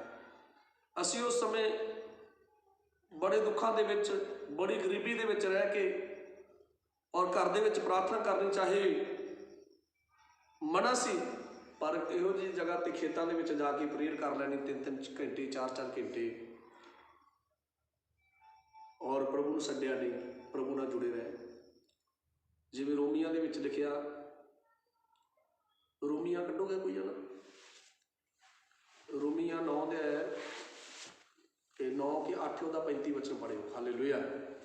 ਉਹਦੇ ਵਿੱਚ लिखिया रोमियां दे विच कि कौन आ जिहड़ा परमेश्वर तो सानू अलग कर सकता है। मौत, भैंजल, तलवार, कौन है जिहड़ा सानू परमेश्वर तो की कर सकता, अलग कर सकता है। सो ये वचन परमेश्वर ने मेरी जिंदगी में पूरा किया कि दातर वजदे रहे, डांगा वजदियां रहियां, पर प्रभु नूं छड्डिया नहीं। ये कितना 8 दी कि 9 दी? 8 दी 35। रोमिया 8 दी 35 दे विच लिखिया। हाँ जी, पढ़िए। कौन सानू मसीह दे प्रेम तो अड्ड करेगा? हाँ, कौन सानू मसीह दे प्रेम तो अड्ड करेगा? कि बिपता मेरे ते बहुत ज़्यादा सी, जां कष्ट, ਹਾਂ ਕਸ਼ਟ ਬਹੁਤ ਜ਼ਿਆਦਾ ਸੀ। ਜਾਂ ਹਨੇਰ, ਹਨੇਰ ਬਹੁਤ ਜ਼ਿਆਦਾ ਸੀ, 4 ਸਫੇਰੇ ਹਨੇਰ ਨੇ ਘੇਰਾ ਪਾਇਆ ਹੋਇਆ ਸੀ। ਜਾਂ ਕਾਲ, ਹਾਂ ਕਾਲ ਮੇਰੇ ਵਾਸਤੇ ਕਾਲ ਸੀ ਕਿ ਖਾਣ ਦੇ ਲਈ ਰੋਟੀ ਦਾ ਵੀ ਕਈ ਵਾਰੀ ਇੰਤਜ਼ਾਮ ਨਹੀਂ ਸੀ ਹੁੰਦਾ। ਜਾਂ ਨੰਗ, ਹਾਂ ਨੰਗ ਕਿ ਜਾਨੀ ਕਿ ਕਈ ਪਹਿਨਣ ਦੇ ਲਈ ਸਿਆਲ ਦੇ ਵਿੱਚ ਗਰਮ ਕੱਪੜੇ ਵੀ ਨਹੀਂ ਸੀ ਹੁੰਦੇ, ਤੇ ਗਰਮੀ ਦੇ ਵਿੱਚ ਗਰਮੀ ਵਾਲੇ ਕੱਪੜੇ ਵੀ ਕਈ ਵਾਰੀ ਉਹ ਨਹੀਂ ਸੀ ਹੁੰਦੇ। ਜਾਨੀ ਕਿ ਲਿਖਿਆ ਕਿ ਨੰਗ, ਜਾਂ ਭੌਂਜਲ, ਹਾਂ ਜਾਂ ਪੈਂਜਲ, ਜਾਂ ਤਲਵਾਰ। ਜਾਂ ਤਲਵਾਰਾਂ ਵੀ ਉਸ ਸਮੇਂ ਚੱਲਦੀਆਂ ਸੀ। ਪਰ ਕੀ ਹੈ, ਔਰ ਦੇਖੋ ਪ੍ਰਾਰਥਨਾ ਕਰਨ ਤੋਂ ਨਹੀਂ ਰੁਕੇ। ਜੇ ਘਰ ਦੇ ਵਿੱਚ ਨਹੀਂ ਤੇ ਖੇਤਾਂ ਦੇ ਵਿੱਚ ਜਾ ਕੇ, ਉਜਾੜ ਜਗ੍ਹਾ ਦੇ ਵਿੱਚ ਜਾ ਕੇ ਪ੍ਰਾਰਥਨਾ ਕਰਦੇ ਰਹੇ, ਕਿਉਂਕਿ ਯਿਸੂ ਮਸੀਹ ਦੇ ਨਾਲ ਪਿਆਰ ਪੈ ਚੁੱਕਾ ਸੀ। ਹਾਂਜੀ, ਇਹ ਸਾਨੂੰ ਕੋਈ ਵੀ ਚੀਜ਼ ਜੇ ਸਾਡਾ ਪਰਮੇਸ਼ਰ ਨਾਲ ਪਿਆਰ ਹੋਵੇ ਤੇ ਸਾਨੂੰ ਪਰਮੇਸ਼ਰ ਤੋਂ ਕੀ ਨਹੀਂ ਕਰ ਸਕਦਾ ਬੋਲੋ, ਇਹ ਚੀਜ਼ਾਂ ਅਲੱਗ ਨਹੀਂ ਕਰ ਸਕਦੀਆਂ। ਹਾਲੇਲੂਇਆ, ਪਰਮੇਸ਼ਰ ਆਸ਼ੀਸ਼ ਦੇਵੇ ਆਪ ਸਭ ਨੂੰ। ਤਾਂ ਮੇਰੀ ਗਵਾਹੀ ਨੂੰ ਤੁਸੀਂ ਸੁਣੋਗੇ ਤਾਂ ਇਹ ਗਵਾਹੀ ਜਿਹੜਾ ਵੀ ਸੁਣੇਗਾ ਉਹਦੇ ਘਰ ਦੇ ਵਿੱਚ ਪੱਕਾ ਗਰੰਟੀ ਨਾਲ ਆਸ਼ੀਸ਼ ਆਏਗੀ, ਉਹਨਾਂ ਲੋਕਾਂ ਦਾ ਜੀਵਨ ਬਦਲੇਗਾ। ਹਾਲੇਲੂਇਆ। ਸੋ ਮੇਰੇ ਅਜ਼ੀਜ਼ ਭੈਣ ਭਰਾਵੋ, ਉਸ ਸਮੇਂ ਮੈਂ ਚਰਚ ਜਾਣਾ ਸ਼ੁਰੂ ਕੀਤਾ। ਅਜੇ ਬਿਲਕੁਲ ਥੋੜਾ ਸਮਾਂ ਮੈਂ ਚਰਚ ਗਿਆ ਤਾਂ ਮੈਂ ਗੁਜਰਾਤ ਚਲਾ ਗਿਆ। ਗੁਜਰਾਤ ਮੈਂ ਇੱਕ ਕੰਪਨੀ ਦੇ ਵਿੱਚ ਕੰਮ ਕਰ ਰਿਹਾ ਸੀ, ਉੱਥੇ ਮੈਂ ਚਲਾ ਗਿਆ। ਅਜੇ ਥੋੜ੍ਹੇ ਹੀ ਨਵਾਂ ਵਿਸ਼ਵਾਸੀ ਸਾਂ, ਕੋਈ ਬਾਈਬਲ ਦਾ ਗਿਆਨ ਨਹੀਂ ਸੀ ਮੈਨੂੰ, ਪ੍ਰਭੂ ਨਾਲ ਪਿਆਰ ਸੀ ਸਿਰਫ। ਮੈਨੂੰ ਜ਼ਿਆਦਾ ਪ੍ਰਾਰਥਨਾ ਕਰਨੀ ਨਹੀਂ ਸੀ ਆਉਂਦੀ, ਜ਼ਿਆਦਾ ਮੈਨੂੰ ਕੋਈ ਬਚਨ ਦੀ ਨੌਲੇਜ ਨਹੀਂ ਸੀ ਹੈਗੀ। ਤਾਂ ਮੈਂ ਗੁਜਰਾਤ ਚਲਾ ਗਿਆ। ਤੋ ਕਾਫੀ ਸਮਾਂ ਮੈਂ ਪ੍ਰਭੂ ਨੂੰ ਉੱਥੇ ਕੁਝ ਮਹੀਨਿਆਂ ਤੱਕ ਮੈਂ ਯਾਦ ਰੱਖਿਆ ਪ੍ਰਭੂ ਨੂੰ ਕਿ ਮੈਂ ਪ੍ਰਭੂ ਦਾ ਬੰਦਾ ਵਾਂ ਅਤੇ ਮੈਂ ਕੋਈ ਪਾਪ ਬਰਿਆਈ ਨਹੀਂ ਕੀਤਾ, ਕੋਈ ਨਸ਼ਾ ਨਹੀਂ ਕੀਤਾ, ਕਿਉਂਕਿ ਮੈਂ ਯਾਦ ਰੱਖਦਾ ਸਾਂ ਕਿ ਮੈਂ ਪ੍ਰਭੂ ਦਾ ਬੰਦਾ ਹਾਂ। ਲੇਕਿਨ ਮੇਰੇ ਜਿਹੜੇ ਦੋਸਤ ਸੀ ਮੇਰੇ ਨਾਲ ਕੰਮ ਕਰਨ ਵਾਲੇ, ਜਦੋਂ ਉਹਨਾਂ ਨੂੰ ਪਤਾ ਲੱਗਾ ਕਿ ਪ੍ਰਭੂ ਦਾ ਬੰਦਾ ਹੈ, ਔਰ ਕਿਸੇ ਨੇ ਮੈਨੂੰ ਕੁਝ ਕਹਿਣਾ ਸ਼ੁਰੂ ਕੀਤਾ ਕਿ ਤੂੰ ਸਿੱਖ ਪਰਿਵਾਰ ਵਿੱਚ ਆ, ਤੂੰ ਕਿਉਂ ਮਸੀਹ ਨੂੰ ਗ੍ਰਹਿਣ ਕੀਤਾ, ਮੇਰੇ ਮਨ ਨੂੰ ਚੁੱਕਣਾ ਸ਼ੁਰੂ ਕੀਤਾ। ਪਰ ਫਿਰ ਵੀ ਮੈਂ ਬੜੀ ਕੋਸ਼ਿਸ਼ ਕੀਤੀ ਕਿ ਉਹਨਾਂ ਦੇ ਮਗਰ ਨਹੀਂ ਲੱਗਣਾ। ਇੱਕ ਸਮਾਂ ਆਇਆ ਕਿ ਉਹ ਮੈਨੂੰ ਸ਼ਰਾਬ ਪੀਣ ਵਾਸਤੇ ਡੇਲੀ ਕਹਿੰਦੇ ਸੀ। ਮੈਂ ਉਹਨਾਂ ਨੂੰ ਕਹਿੰਦਾ ਸਾਂ ਕਿ ਮੈਂ ਸ਼ਰਾਬ ਨਹੀਂ ਪੀਂਦਾ।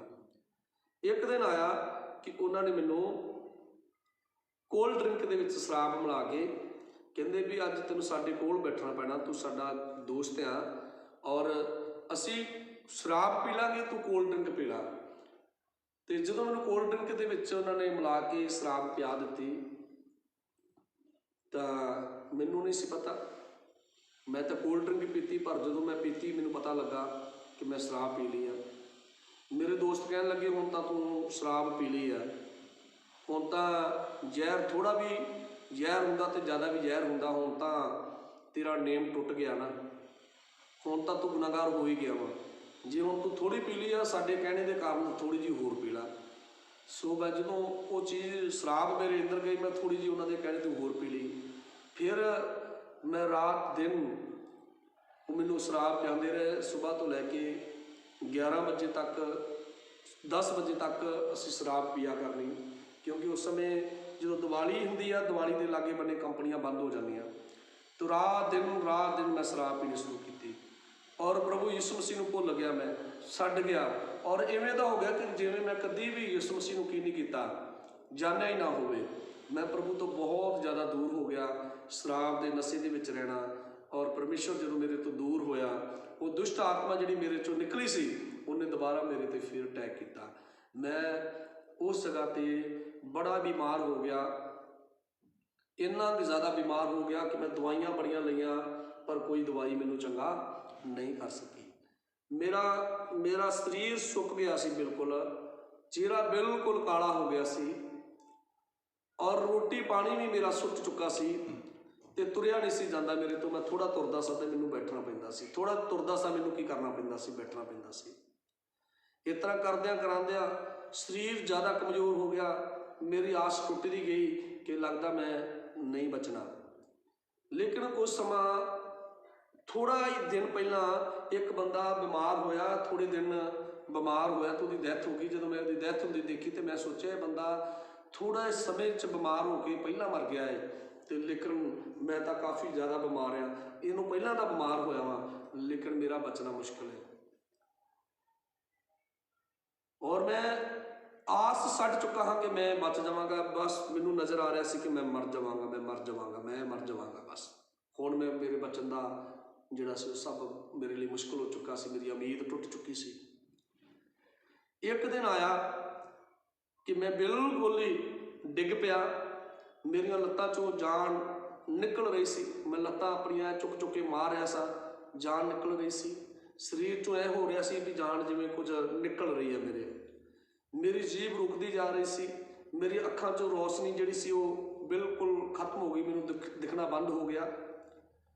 ਤੇ ਜਦੋਂ ਦਿਖਣਾ ਬੰਦ ਹੋ ਗਿਆ, ਪਰ ਮੈਨੂੰ ਪਤਾ ਸੀ ਮੌਤ ਮੈਨੂੰ ਲੈ ਖਿੱਚ ਕੇ ਖੜ ਰਹੀ ਹੈ, ਲੇਕਿਨ ਮੇਰਾ ਦਿਲ ਨਹੀਂ ਸੀ ਕਰ ਰਿਹਾ ਕਿ ਮੈਂ ਮਰਾਂ। ਤੇ ਮੈਂ ਆਪਣੇ ਬਚਾਓ ਲਈ ਬੜੇ ਤਰਲੇ ਪਾ ਰਿਹਾ ਸਾਂ, ਬੜੀਆਂ ਮਿੰਨਤਾਂ ਕਰ ਰਿਹਾ ਸਾਂ। ਜੋ ਮੇਰੇ ਮੂੰਹ 'ਚੋਂ ਆ ਰਿਹਾ ਸੀ, ਕਈ ਵਾਰੀ ਮੈਂ ਆਪਣੀ ਮੰਮੀ ਨੂੰ ਯਾਦ ਕਰ ਰਿਹਾ ਸਾਂ, ਰੋਂਦਾ ਰੋਂਦਾ ਕਿ ਮੰਮੀ ਮੈਂ ਮਰਨਾ ਨਹੀਂ ਚਾਹੁੰਦਾ, ਮੈਨੂੰ ਬਚਾ ਲਾ। ਮੈਂ ਆਪਣੇ ਡੈਡੀ ਨੂੰ ਯਾਦ ਕਰ ਰਿਹਾ ਸਾਂ ਕਿ ਡੈਡੀ ਮੈਨੂੰ ਬਚਾ ਲਾ, ਮੈਂ ਮਰਨਾ ਨਹੀਂ ਚਾਹੁੰਦਾ, ਲੇਕਿਨ ਆਪਣੇ ਪਰਿਵਾਰ ਤੋਂ ਮੈਂ ਦੂਰ ਸਾਂ। ਕਦੀ ਮੈਂ ਕਿਸੇ ਬਾਬੇ ਨੂੰ ਜੋ ਮੇਰੇ ਸਾਹਮਣੇ ਆਇਆ, ਕਿਸੇ ਨੂੰ ਛੱਡਿਆ ਨਹੀਂ। ਮੈਂ ਸਭ ਨੂੰ ਕਹਿੰਦਾ ਸਾਂ ਮੈਨੂੰ ਬਚਾ ਲਓ, ਮੈਂ ਮਰਨਾ ਨਹੀਂ ਚਾਹੁੰਦਾ, ਮੈਂ ਜੀਣਾ ਚਾਹੁੰਦਾ, ਮੈਂ ਮੈਨੂੰ ਕੀ ਕਰੋ, ਬਚਾਓ। ਮੈਂ ਸਾਰੇ ਪੀਰਾਂ ਬਾਬਿਆਂ ਨੂੰ ਯਾਦ ਕੀਤਾ, ਇੱਥੋਂ ਤੱਕ ਕਿ ਕੋਈ ਵੀ ਕੀ ਨਹੀਂ ਕੀਤਾ, ਛੱਡਿਆ ਨਹੀਂ, ਲੇਕਿਨ ਮੇਰੀ ਮਦਦ ਵਾਸਤੇ ਕੋਈ ਵੀ ਆਇਆ ਨਹੀਂ। ਲੇਕਿਨ ਯਿਸੂ ਮਸੀਹ ਨੂੰ, ਜਿਹਨੂੰ ਕੁਝ ਮਹੀਨੇ ਮੈਂ ਪਹਿਲਾਂ ਜਾਣਿਆ ਸੀ, ਤੇ ਜਾਣ ਕੇ ਕੀ ਕੀਤਾ, ਸ਼ਰਾਬਾਂ ਵਿੱਚ ਵੜ ਕੇ ਔਰ ਆਪਣੇ ਦੋਸਤਾਂ ਦੇ ਮਗਰ ਲੱਗ ਕੇ ਜਿਸ ਯਿਸੂ ਮਸੀਹ ਨੂੰ ਮੈਂ ਕੀ ਕੀਤਾ ਸੀ, ਭੁੱਲ ਗਿਆ ਸਾਂ, ਛੱਡ ਦਿੱਤਾ ਸੀ। ਜਦੋਂ ਮੈਂ ਕੋਈ ਵੀ ਨਹੀਂ ਆਇਆ ਤੇ ਮੈਂ ਯਿਸੂ ਮਸੀਹ ਨੂੰ ਕਿਹਾ, ਯਿਸੂ ਮਸੀਹ ਜੇ ਤੂੰ ਪਰਮੇਸ਼ਵਰ ਹੈ, ਜੇ ਤੂੰ ਜਿਉਂਦਾ ਹੈ ਤਾਂ ਪਰਮੇਸ਼ਵਰ ਮੈਂ ਤੇਰਾ ਹੋ ਜਾਵਾਂਗਾ, ਮੈਂ ਆਪਣੀ ਜ਼ਿੰਦਗੀ ਤੈਨੂੰ ਦੇ ਦੇਵਾਂਗਾ, ਤੂੰ ਮੈਨੂੰ ਬਚਾ ਲਾ, ਮੈਂ ਮਰਨਾ ਨਹੀਂ ਚਾਹੁੰਦਾ। ਜੇ ਤੂੰ ਮੈਨੂੰ ਜ਼ਿੰਦਾ ਰਹਿਣ ਦੀ ਸ਼ਕਤੀ ਦੇ ਦੇਵੇਂਗਾ ਤੇ ਪਰਮੇਸ਼ਵਰ ਜੋ ਤੂੰ ਕਹੇਂਗਾ ਮੈਂ ਉਹ ਕਰਾਂਗਾ। ਅੱਜ ਮੈਂ ਤੇਰੇ ਨਾਲ ਵਾਅਦਾ ਕਰਦਾ ਕਿ ਮੈਂ ਸ਼ਰਾਬਾਂ ਨਹੀਂ ਪੀਵਾਂਗਾ, ਮੈਂ ਕੋਈ ਪਾਪ ਨਹੀਂ ਕਰਾਂਗਾ, ਕੋਈ ਬੁਰਾਈ ਨਹੀਂ ਕਰਾਂਗਾ। ਪਰਮੇਸ਼ਵਰ ਮੈਂ ਜੀਣਾ ਚਾਹਨਾ, ਮੈਨੂੰ ਬਚਾ ਲਾ। ਜਦੋਂ ਮੈਂ ਪ੍ਰਭੂ ਯਿਸੂ ਮਸੀਹ ਨੂੰ ਪੁਕਾਰਿਆ, ਸੋ ਮੇਰੇ ਅਜ਼ੀਜ਼ੋ, ਇਹ ਗੱਲ ਸੱਚ ਮੰਨਣ ਵਾਲੀ ਹੈ ਕਿ ਯਿਸੂ ਮਸੀਹ ਮੇਰੇ ਕੋਲ ਆ ਗਏ। ਯਿਸੂ ਮਸੀਹ ਕੋਲ ਆ ਕੇ ਮੈਂ ਮਹਿਸੂਸ ਕੀਤਾ ਕਿ ਯਿਸੂ ਮਸੀਹ ਆ ਚੁੱਕੇ ਆ। ਬਸ ਉਹਦੀ ਰੋਸ਼ਨੀ ਪਈ, ਉਹਦਾ ਪ੍ਰਕਾਸ਼ ਹੋਇਆ ਥੋੜਾ ਜਿਹਾ। ਬਸ ਉਸੇ ਸਮੇਂ ਮੇਰੀ ਜ਼ਿੰਦਗੀ ਜੋ ਤੜਫ ਰਿਹਾ ਸਾਂ, ਮੈਂ ਆਪਣੇ ਸਰੀਰ ਵਿੱਚ ਮੌਤ ਖਿੱਚ ਕੇ ਖੜ ਰਹੀ ਸੀ, ਅੱਖਾਂ ਅੰਨੀਆਂ ਹੋ ਚੁੱਕੀਆਂ ਸੀ ਔਰ ਬਿਲਕੁਲ ਪੂਰੇ ਸਰੀਰ ਨੂੰ ਤੜਫਣੀ ਲੱਗੀ ਹੋਈ ਸੀ ਕਿ ਜਿਵੇਂ ਮੇਰੀ ਜਾਨ ਨਿਕਲਦੀ ਜਾ ਰਹੀ ਹੈ। ਸੋ ਜਦ ਮੈਂ ਪੁਕਾਰਦਿਆਂ ਸਾਰ ਮੈਂ ਸ਼ਾਂਤੀ ਆ ਗਈ। ਮੈਨੂੰ ਉੱਠ ਕੇ ਬੈਠਾ ਨਹੀਂ ਸੀ ਜਾ ਰਿਹਾ, ਮੈਂ ਉੱਠ ਕੇ ਬੈਠ ਗਿਆ। ਮੈਨੂੰ ਐਵੇਂ ਲੱਗਾ ਕਿ ਮੈਨੂੰ ਪ੍ਰਭੂ ਨੇ ਛੂਹ ਕੇ ਤੇ ਮੈਨੂੰ ਬਿਮਾਰੀਆਂ ਤੋਂ ਕੀ ਕਰਤਾ, ਚੰਗਾ ਕਰ ਦਿੱਤਾ। ਮੈਂ ਬੋਲ ਕੇ ਦੇਖਿਆ ਤੇ ਮੇਰੀ ਆਵਾਜ਼ ਬਿਲਕੁਲ ਕੀ ਸੀ, ਪਹਿਲਾਂ ਔਖੀ ਬਹੁਤ ਨਿਕਲ ਰਹੀ ਸੀ, ਆਵਾਜ਼ ਬੰਦ ਹੋ ਰਹੀ ਸੀ, ਜ਼ੋਰ ਨਾਲ ਬੋਲ ਰਿਹਾ ਸਾਂ ਮੈਂ, ਲੇਕਿਨ ਮੇਰੀ ਆਵਾਜ਼ ਨਿਕਲੀ ਬੜੀ ਵਧੀਆ। ਮੈਂ ਉੱਠ ਕੇ ਦੇਖਿਆ ਕਿ ਮੈਂ ਉੱਠ ਸਕਦਾ ਹੈ। ਮੈਂ ਉੱਠ ਕੇ ਦੇਖਿਆ ਤੇ ਮੈਂ ਬੜੇ ਆਰਾਮ ਨਾਲ ਉੱਠ ਕੇ ਖੜਾ ਹੋ ਗਿਆ, ਜਿਵੇਂ ਕਿ ਮੈਨੂੰ ਕੋਈ ਬਿਮਾਰੀ ਨਹੀਂ ਹੈਗੀ, ਜਿਵੇਂ ਕੋਈ ਰੋਗ ਨਹੀਂ ਹੈਗਾ ਮੈਨੂੰ। ਬਸ ਯਿਸੂ ਮਸੀਹ ਨੂੰ ਪੁਕਾਰਦਿਆਂ ਸਾਰ, ਕੋਈ ਮੇਰੇ ਕੋਲ ਪਾਸਟਰ ਨਹੀਂ ਸੀ, ਕੋਈ ਪਾਦਰੀ ਨਹੀਂ ਸੀ, ਕੋਈ ਭੈਣ ਭਰਾ ਨਹੀਂ ਸੀ, ਇਕੱਲਾ ਕੀ ਕਰ ਰਿਹਾ ਸਾਂ ਮੈਂ, ਕਲਪ ਰਿਹਾ ਸਾਂ। ਯਿਸੂ ਆਇਆ। ਰਾਤ 1:30 ਤੋਂ 2 ਵਜੇ ਦਾ ਟਾਈਮ ਸੀ। ਚੰਗਾ ਹੋ ਗਿਆ ਮੈਂ, ਪਰ ਅਜੇ ਮੇਰੀ ਅੱਖਾਂ ਵਿੱਚ ਰੋਸ਼ਨੀ ਨਹੀਂ ਆਈ। ਅੱਖਾਂ ਮੇਰੀਆਂ ਬਿਲਕੁਲ ਕੀ ਸੀ ਬੋਲੋ, ਇੱਕ ਅੰਨੇ ਇਨਸਾਨ ਵਰਗੀਆਂ ਸੀ। ਅੱਖਾਂ ਤੋਂ ਕੁਝ ਨਹੀਂ ਸੀ ਦਿਸ ਰਿਹਾ ਮੈਨੂੰ। ਸੋ ਮੇਰੇ ਭੈਣ ਭਰਾਵੋ, ਮੈਂ ਟਾਈਮ ਨੋਟ ਕੀਤਾ, ਸਵੇਰ ਦੇ ਜਦ 6 ਵਜੇ ਤਾਂ ਯਿਸੂ ਮਸੀਹ ਨੇ ਮੇਰੀਆਂ ਅੱਖਾਂ ਖੋਲ ਦਿੱਤੀਆਂ। ਹਾਲੇਲੂਇਆ। ਮੈਂ ਆਪਣੀ ਅੱਖਾਂ ਦੇ ਨਾਲ ਦੇਖਣਾ ਸ਼ੁਰੂ ਕੀਤਾ ਔਰ ਉਸ ਸਮੇਂ ਤੋਂ ਮੈਂ ਯਿਸੂ ਦਾ ਹੋ ਗਿਆ। ਮੈਂ ਸ਼ਰਾਬ ਪੀਣ ਵਾਲੇ ਦੋਸਤਾਂ ਨੂੰ ਛੱਡ ਦਿੱਤਾ, ਉਹਨਾਂ ਤੋਂ ਅਲੱਗ ਰਹਿਣ ਦੀ ਕੋਸ਼ਿਸ਼ ਕੀਤੀ, ਇਕੱਲੇ ਨੇ ਰਹਿਣ ਦੀ ਕੋਸ਼ਿਸ਼ ਕੀਤੀ। ਰਾਤ ਵੇਲੇ ਵੀ ਮੈਂ ਯਿਸੂ ਮਸੀਹ ਦੇ ਨਾਲ ਗੱਲ ਕਰਦਾ ਸਾਂ। ਸਫ਼ਰ ਵਿੱਚ ਜਾਂਦਾ ਸਾਂ, ਮੈਂ ਨਹੀਂ ਚਾਹੁੰਦਾ ਕਿ ਕੋਈ ਮੇਰਾ ਦੋਸਤ ਹੋਵੇ ਮੇਰੇ ਨਾਲ ਸਫ਼ਰ ਕਰੇ।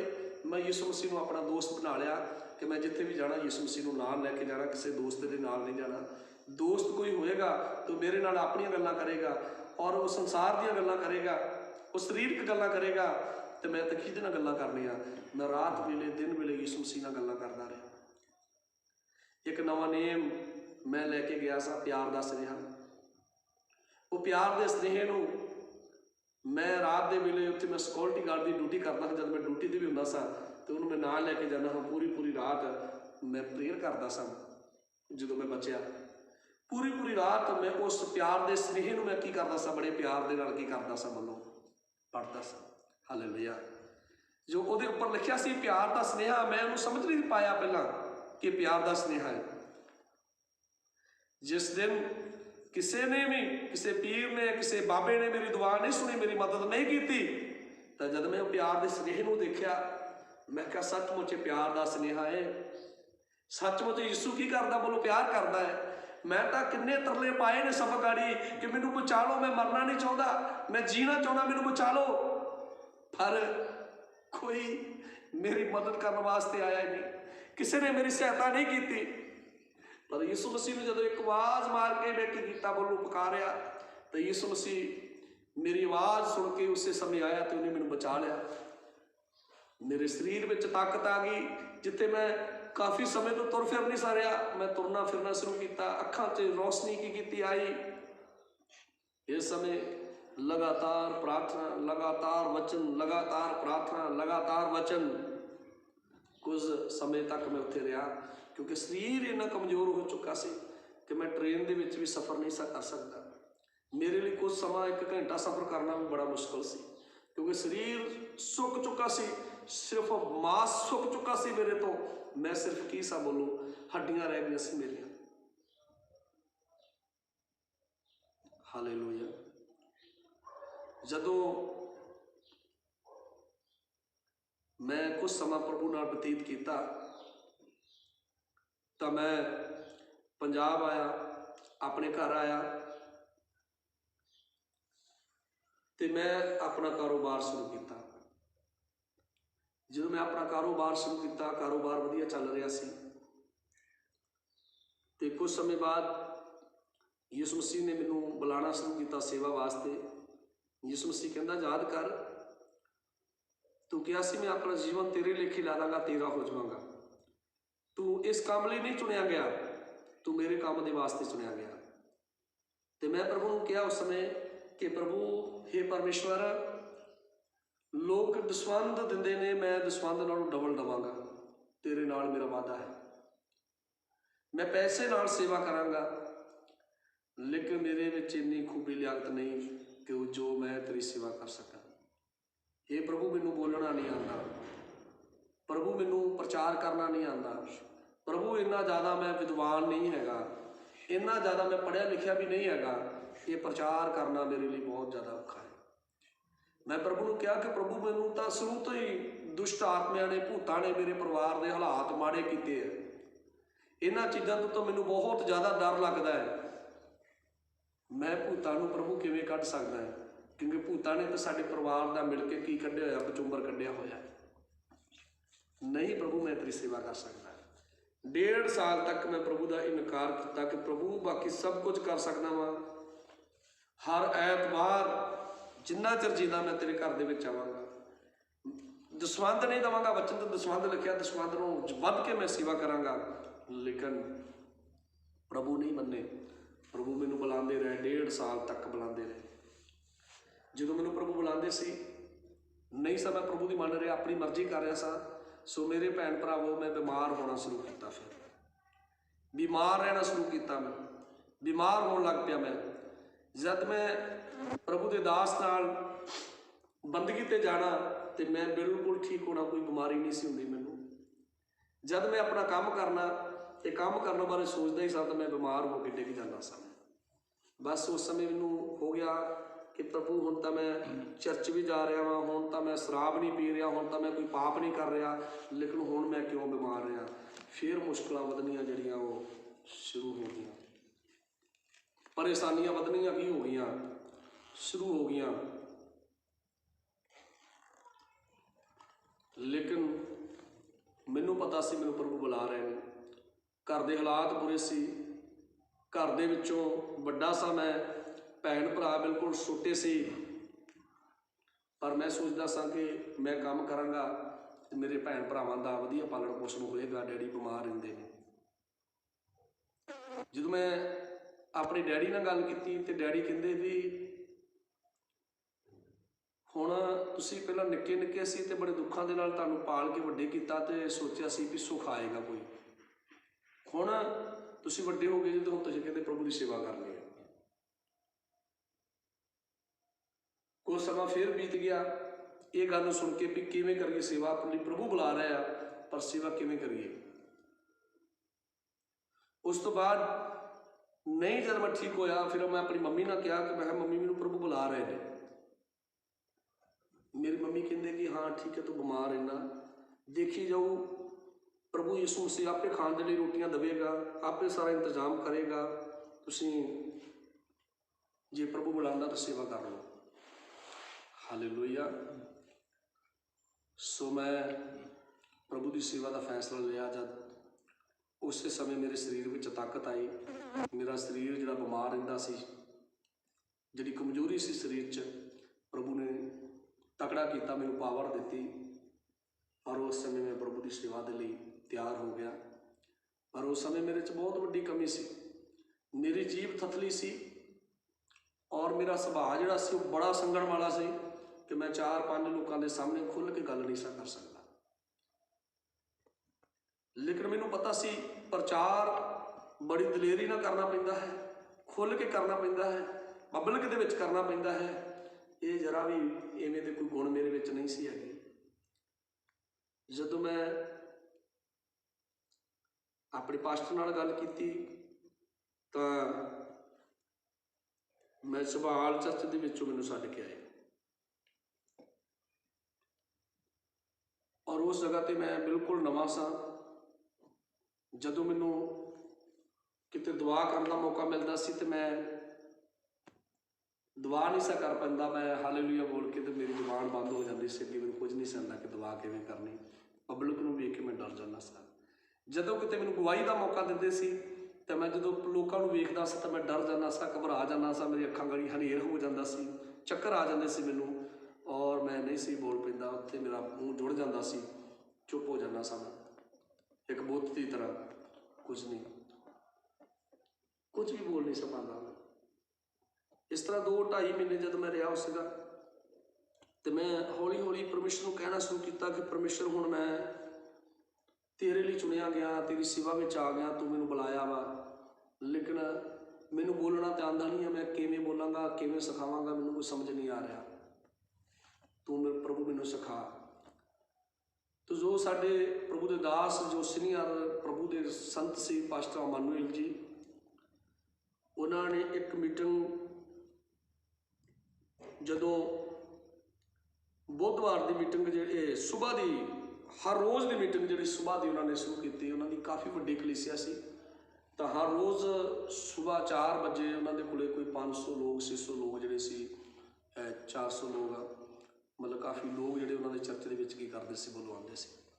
ਜਦੋਂ ਉਹਨਾਂ ਨੇ ਸ਼ੁਰੂਆਤ ਕੀਤੀ, ਜੋ ਮੇਰੇ ਨਾਲ ਸਿੱਖ ਰਹੇ ਸੀ ਹੋਰ ਸੇਵਾਦਾਰ, ਤੇ ਜਦੋਂ ਪਹਿਲੇ ਦਿਨ ਦੀ ਸ਼ੁਰੂਆਤ ਹੋਈ ਤਾਂ ਪਾਸਟਰ ਸਾਹਿਬ ਨੇ ਕਿਹਾ, ਪਾਸਟਰ ਸਾਹਿਬ ਨੂੰ ਮੇਰੇ ਨਾਲ ਦੇ ਨੇ ਕਿਹਾ ਕਿ ਸੰਤ ਜੀ ਅੱਜ ਪ੍ਰਚਾਰ ਕਿੰਨੇ ਕਰਨਾ। ਤੇ ਮੈਨੂੰ ਉਸ ਜਗ੍ਹਾ ਤੇ ਉਹਨਾਂ ਮੇਰੇ ਵੱਲ ਇਸ਼ਾਰਾ ਕੀਤਾ ਕਿ ਜਿਹੜਾ ਪੱਟੀ ਤੋਂ ਮੁੰਡਾ ਆਇਆ ਨਾ, ਨਵਾਂ ਸੇਵਕ ਜਿਹੜਾ ਆਇਆ, ਉਹ ਕੀ ਕਰੇਗਾ, ਪ੍ਰਚਾਰ ਕਰੇਗਾ।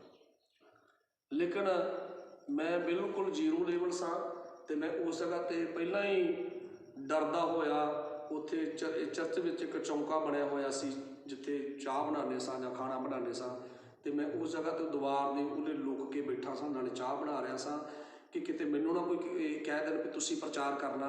ਤੇ ਮੈਂ ਉੱਥੇ ਲੁੱਕ ਕੇ ਬੈਠਾ ਹੋਇਆ ਸਾਂ ਕਿ ਮੈਂ ਪ੍ਰਚਾਰ ਨਹੀਂ ਕਰ ਸਕਦਾ। ਜੇ ਕੋਈ ਮੈਨੂੰ ਕੋਈ ਕਹੇਗਾ ਵੀ ਤੂੰ ਇੱਥੇ ਲੁੱਕ ਕੇ ਕੀ ਕਰ ਰਿਹਾ, ਤੇ ਮੈਂ ਕਹਾਂਗਾ ਮੈਂ ਸੰਗਤ ਵਾਸਤੇ ਚਾਹ ਬਣਾਉਂਦਾ ਪਿਆ। ਤੇ ਮੈਂ ਲੁਕਿਆ ਹੋਇਆ ਸਾਂ ਡਰਦਾ।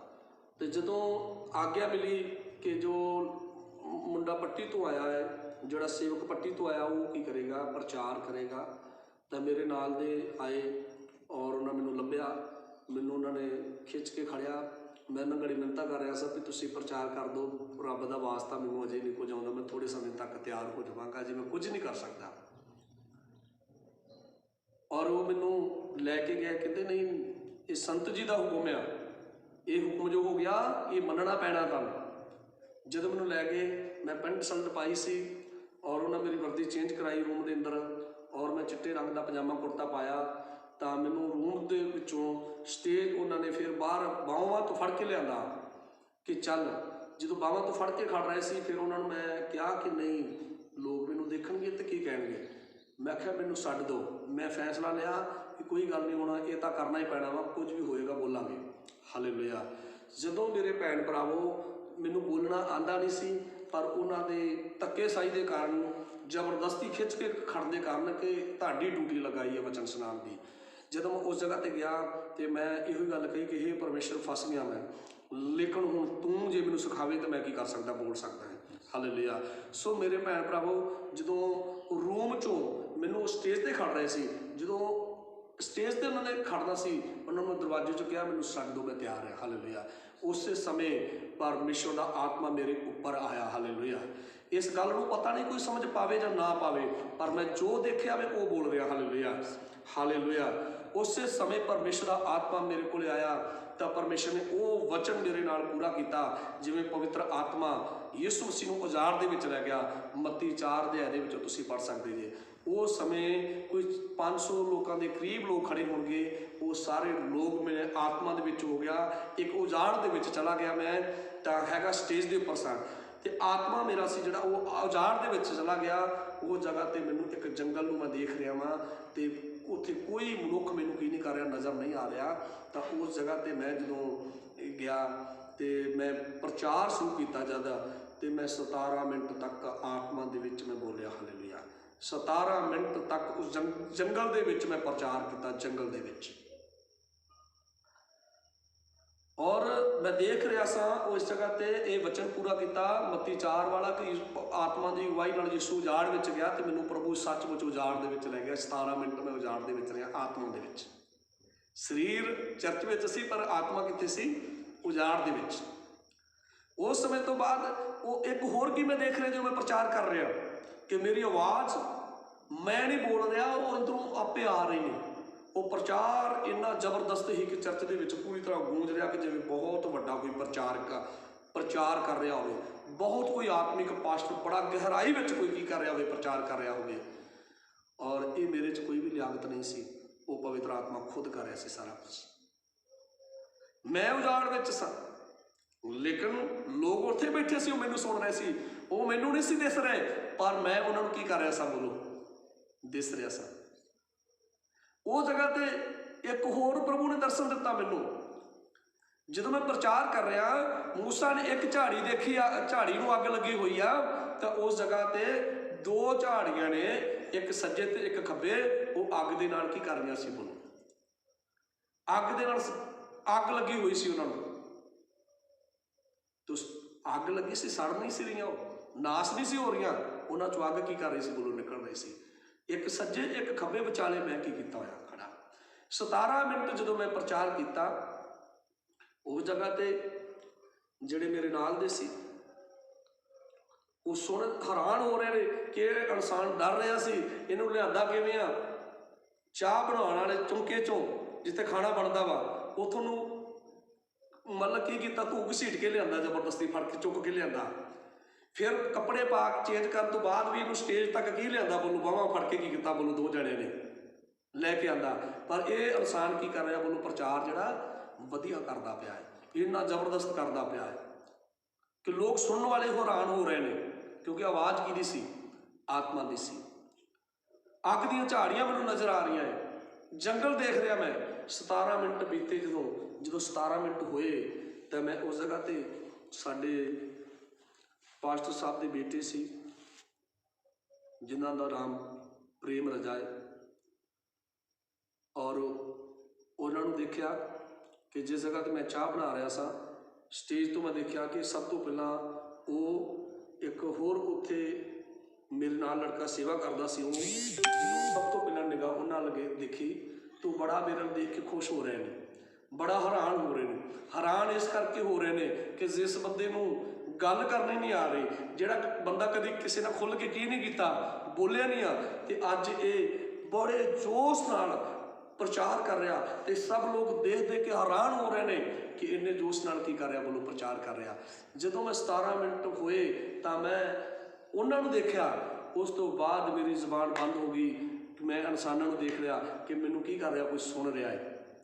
ਮੈਂ ਸਭ ਤੋਂ ਪਹਿਲਾਂ 2 ਮਨੁੱਖਾਂ ਨੂੰ ਦੇਖਿਆ, ਇੱਕ ਪ੍ਰਭੂ ਦੇ ਉਦਾਸ ਜੋ ਪਾਸਟਰ ਸਾਹਿਬ ਦੇ ਬੇਟੇ ਸੀ, ਇੱਕ ਹੋਰ ਪ੍ਰਭੂ ਦਾ ਸੇਵਕ ਸੀ, ਉਹਨੂੰ ਦੇਖਿਆ। ਉਹ ਮੇਰੇ ਨਾਲ ਦੇਖ ਕੇ ਹੱਸ ਰਹੇ ਨੇ, ਤਾਲੀਆਂ ਵਜਾ ਵਜਾ ਕੇ ਬਹੁਤ ਖੁਸ਼ ਨੇ, ਬਹੁਤ ਆਨੰਦ ਨੇ ਕਿ ਇਸ ਬੰਦੇ ਨੂੰ ਹੋ ਕੀ ਗਿਆ ਅੱਜ। ਲੇਕਿਨ ਜਦੋਂ ਉਹਨੂੰ ਮੈਂ ਦੇਖਿਆ ਔਰ ਮੈਂ ਸਰੀਰ ਵਿੱਚ ਆਇਆ ਔਰ ਉਸ ਤੋਂ ਬਾਅਦ ਕੁਝ ਵੀ ਇੱਕ ਗੱਲ ਵੀ ਨਹੀਂ ਬੋਲ ਪਾਇਆ, ਸਿਰਫ 3 ਵਾਰ ਮੇਰੇ ਮੂੰਹ ਚੋਂ ਹਾਲੇਲੂਇਆ ਹਾਲੇਲੂਇਆ ਹਾਲੇਲੂਇਆ ਨਿਕਲਿਆ।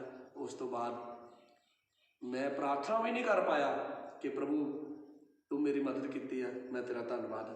ਮੈਂ ਬੈਠ ਗਿਆ। ਬੈਠਣ ਤੋਂ ਬਾਅਦ ਸਭ ਲੋਕ ਮੈਨੂੰ ਮਿਲਣ ਵਾਸਤੇ ਆਏ। ਸਭ ਲੋਕ ਕਹਿ ਰਹੇ ਕਿ ਭਾਜੀ ਤੁਸੀਂ ਸਟੱਡੀ ਕਰਕੇ ਆਏ ਜੀ, ਤੁਸੀਂ ਪਹਿਲਾਂ ਸਿੱਖ ਕੇ ਆਏ ਜੀ ਕੁਝ।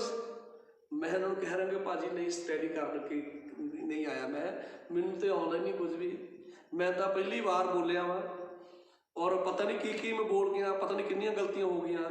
ਜਿਵੇਂ ਇੱਕ ਮਿਲਣ ਵਾਸਤੇ ਆਇਆ, ਦੂਸਰਾ ਮਿਲਣ ਵਾਸਤੇ ਆਇਆ, ਟੋਟਲ ਸਾਰੇ ਲੋਕ ਮੈਨੂੰ ਮਿਲਣ ਵਾਸਤੇ ਆ ਰਹੇ ਨੇ। ਪਰ ਜਦੋਂ ਮਿਲਣ ਵਾਸਤੇ ਆ ਰਹੇ ਨੇ, ਮੇਰੀ ਤਾਰੀਫ ਕਰ ਰਹੇ ਨੇ, ਮੈਂ ਆਪਣਾ ਸਿਰ ਲੁਕਾ ਰਿਹਾ, ਮੈਨੂੰ ਸੰਗ ਲੱਗ ਰਹੀ ਨੇ, ਮੈਨੂੰ ਸ਼ਰਮ ਆ ਰਹੀ ਨੇ ਕਿ ਪਤਾ ਨਹੀਂ ਮੈਂ ਪਹਿਲੀ ਵਾਰ ਬੋਲਿਆ, ਕਿੰਨਾ ਗਲਤ ਬੋਲ ਗਿਆ ਹੋਵਾਂਗਾ। ਔਰ ਉਹਨਾਂ ਨੂੰ ਗਲਤ ਨਹੀਂ, ਉਹ ਮੈਨੂੰ ਮਿਲਣ ਵਾਸਤੇ ਆ ਰਹੇ ਨੇ ਕਿ ਰੱਬ ਦੇ ਦਾਸ ਨੂੰ, ਇਹ ਨਵਾਂ ਆਇਆ ਹੈ, ਇਹਨੂੰ ਮਿਲਣਾ ਚਾਹੀਦਾ ਹੈ, ਇਹਨੇ ਬਹੁਤ ਵਧੀਆ ਬੋਲਿਆ ਹੈ, ਸ਼ਾਇਦ ਇਹ ਬਹੁਤ ਜ਼ਿਆਦਾ ਸਿੱਖ ਕੇ ਆਇਆ ਹੈ। ਪਰ ਮੈਨੂੰ ਐਂ ਲੱਗ ਰਿਹਾ ਕਿ ਜਿਵੇਂ ਮੈਨੂੰ ਇਹ ਸ਼ਰਮਿੰਦਿਆਂ ਕਰ ਰਹੇ ਨੇ। ਪਰ ਉਸ ਤੋਂ ਬਾਅਦ ਜਦੋਂ ਮੈਂ ਆਪਣੇ ਨਾਲ ਦਿਆਂ ਨੂੰ ਕਿਹਾ ਤੁਸੀਂ ਮੈਨੂੰ ਦੱਸੋ, ਤੁਸੀਂ ਮੇਰੇ ਭਰਾ ਜੇ, ਕਿ ਮੈਂ ਕਿੰਨਾ ਕੁ ਗਲਤ ਬੋਲ ਗਿਆ, ਕੀ ਗਲਤ ਬੋਲਿਆ। ਪਰ ਉਹ ਕਹਿੰਦੇ ਜਿੰਨਾ ਤੂੰ ਡਰ ਰਿਹਾ ਸਾਂ, ਜਿੰਨਾ ਤੂੰ ਘਬਰਾ ਰਿਹਾ ਸਾਂ ਕਿ ਮੈਂ ਕੁਝ ਨਹੀਂ ਬੋਲਾਂਗਾ, ਤੂੰ ਸਾਡੇ ਨਾਲ ਵਧੀਆ ਕਰ ਗਿਆ। ਹਾਲੇਲੂਇਆ ਹਾਲੇਲੂਇਆ, ਤੂੰ ਤਾਂ ਬਹੁਤ ਵਧੀਆ ਬੋਲਿਆ। ਫਿਰ ਉਹਨਾਂ ਨੂੰ ਮੈਂ ਆਪਣਾ ਦਰਸ਼ਨ ਦੱਸਿਆ ਕਿ ਇਹ ਇਸ ਕਰਕੇ ਮੈਂ ਵਧੀਆ ਬੋਲ ਗਿਆ ਵਾਂ। ਮੈਨੂੰ ਯਕੀਨ ਹੋਇਆ ਕਿ ਮੈਂ ਵਧੀਆ ਬੋਲਿਆ ਕਿ ਜਦੋਂ ਮੈਨੂੰ ਸੇਵਕਾਂ ਨੇ ਦਲੇਰੀ ਦਿੱਤੀ ਕਿ ਮੈਂ ਵਧੀਆ ਬੋਲ ਗਿਆ, ਕਿਉਂਕਿ ਮੈਂ ਖੁਦ ਨਹੀਂ ਸਨਾ ਬੋਲ ਰਿਹਾ, ਮੈਂ ਮਨੁੱਖਾਂ ਦੇ ਸਾਹਮਣੇ ਨਹੀਂ ਸਾਂ ਬੋਲ ਰਿਹਾ, ਕਿਉਂਕਿ ਮੈਨੂੰ ਮਨੁੱਖਾਂ ਤੋਂ ਡਰ ਲੱਗਦਾ ਸੀ। ਮੈਂ ਕਾਹਦੇ ਵਿੱਚ ਬੋਲਿਆ? ਉਜਾੜ ਦੇ ਵਿੱਚ। ਕੀ ਸੀ ਮੇਰੇ ਕੋਲ? ਅੱਗ ਦੀਆਂ ਝਾੜੀਆਂ ਬਲ ਰਹੀਆਂ। ਕੀ ਸੀ? ਜਦੋਂ ਮੈਂ ਬੋਲ ਰਿਹਾ ਸਾਂ, ਮੈਂ ਮਹਿਸੂਸ ਨਹੀਂ ਸੀ ਕਰ ਰਿਹਾ ਕਿ ਮੈਂ ਬੋਲ ਰਿਹਾ, ਉਹ ਪਵਿੱਤਰ ਆਤਮਾ ਕੀ ਕਰ ਰਿਹਾ ਸੀ? ਬੋਲ ਰਿਹਾ ਸੀ। ਬੋਲੋ ਹਾਲੇਲੂਇਆ। ਸਾਡੇ ਸੰਤ ਜੀ ਜਿਹੜੇ ਸੀ, ਉਹਨਾਂ ਨੇ ਰੂਮ ਦੇ ਵਿੱਚ ਬੈਠ ਕੇ ਸੁਣਿਆ ਵਚਨ, ਲੇਕਿਨ ਬਾਅਦ ਵਿੱਚ ਸਭ ਨੂੰ ਬੁਲਾ ਕੇ ਉਹਨਾਂ ਕਿਹਾ ਕਿ ਅੱਜ ਪ੍ਰਚਾਰ ਕਿਹਨੇ ਕੀਤਾ ਸੀ? ਕਹਿੰਦੇ ਸਾਰੇ ਸੇਵਕ ਕਹਿੰਦੇ ਜਿਨ੍ਹਾਂ ਨੂੰ ਤੁਸੀਂ ਕਿਹਾ ਸੀ। ਪਰ ਸੁਣ ਕੇ ਖੁਸ਼ ਹੋਏ ਕਿ ਆਇਆ ਸਭ ਤੋਂ ਬਾਅਦ ਵਿੱਚ ਆ, ਪਰ ਸੱਚਮੁੱਚ ਰੱਬ ਦੀ ਇੱਥੇ ਬਹੁਤ ਵੱਡੀ ਕਿਰਪਾ ਹੋ ਗਈ। ਹਾਲੇਲੂਇਆ। ਸੋ ਮੇਰੀਆਂ ਗਵਾਹੀਆਂ ਬਹੁਤ ਜ਼ਿਆਦੀਆਂ ਵਾ, ਔਰ ਜੇ ਮੈਂ ਜ਼ਿਆਦਾ ਗਵਾਹੀਆਂ ਦੇਵਾਂਗਾ ਤੇ ਸੁਣ ਨਹੀਂ ਪਾਉਣਗੇ ਸਭ ਲੋਕ, ਲੰਬੀ ਹੋ ਜਾਏਗੀ ਵੀਡੀਓ। ਤਾਂ ਮੈਂ ਇੱਕ ਭਾਗ, ਇੱਕ ਹਿੱਸਾ, ਇੱਕ ਪਾਰਟ ਹੋਰ ਬਣਾਵਾਂਗਾ, ਕੁਝ ਗੱਲਾਂ ਉਹਦੇ ਵਿੱਚ ਕਰਾਂਗਾ। ਸੋ ਇਸ ਵੀਡੀਓ ਨੂੰ ਸਭ ਜਾਣੇ ਧਿਆਨ ਨਾਲ ਸੁਣਿਓ, ਕਿਉਂਕਿ ਜਿਹੜੇ ਲੋਕ ਸੁਣਨਗੇ ਉਹਨਾਂ ਦੇ ਘਰਾਂ 'ਚ ਬੜੀ ਆਸ਼ੀਸ਼ ਆਣੀ ਹੈ। ਇਹ ਵੀਡੀਓ ਪਾਸਟਰ ਲੋਕਾਂ ਦੇ ਵਾਸਤੇ ਬੜੀ ਜ਼ਰੂਰੀ ਹੈ। ਜੇ ਕੋਈ ਵਿਸ਼ਵਾਸੀ ਹੈ ਤਾਂ ਉਹਦੇ ਵਾਸਤੇ ਬਹੁਤ ਕੀ ਜ਼ਰੂਰੀ ਆ, ਪੂਰੀ ਫੈਮਿਲੀ ਨੂੰ ਇਹ ਸੁਣਨੀ ਜ਼ਰੂਰੀ ਆ, ਕਿਉਂਕਿ ਜਦ ਤੁਸੀਂ ਸੁਣੋਗੇ ਨਾ ਤਾਂ ਤੁਸੀਂ ਆਸ਼ੀਸ਼ ਪਾਓਗੇ। ਤਾਂ ਜੋ ਮੈਂ ਅਗਲੀ ਵੀਡੀਓ ਬਣਾਵਾਂਗਾ ਆਪਣੀ ਗਵਾਹੀ ਵਾਸਤੇ, ਜੋ ਕੁਝ ਮੇਰੇ ਨਾਲ ਹੋਇਆ ਬੀਤਿਆ, ਉਹ ਇਸ ਨਾਲੋਂ ਵੀ ਬਹੁਤ ਜ਼ਿਆਦਾ ਜ਼ਬਰਦਸਤ ਹੈਗਾ। ਜੈ ਮਸੀਹ, ਖੁਦਾ ਤੁਹਾਨੂੰ ਬਰਕਤ ਦੇਵੇ।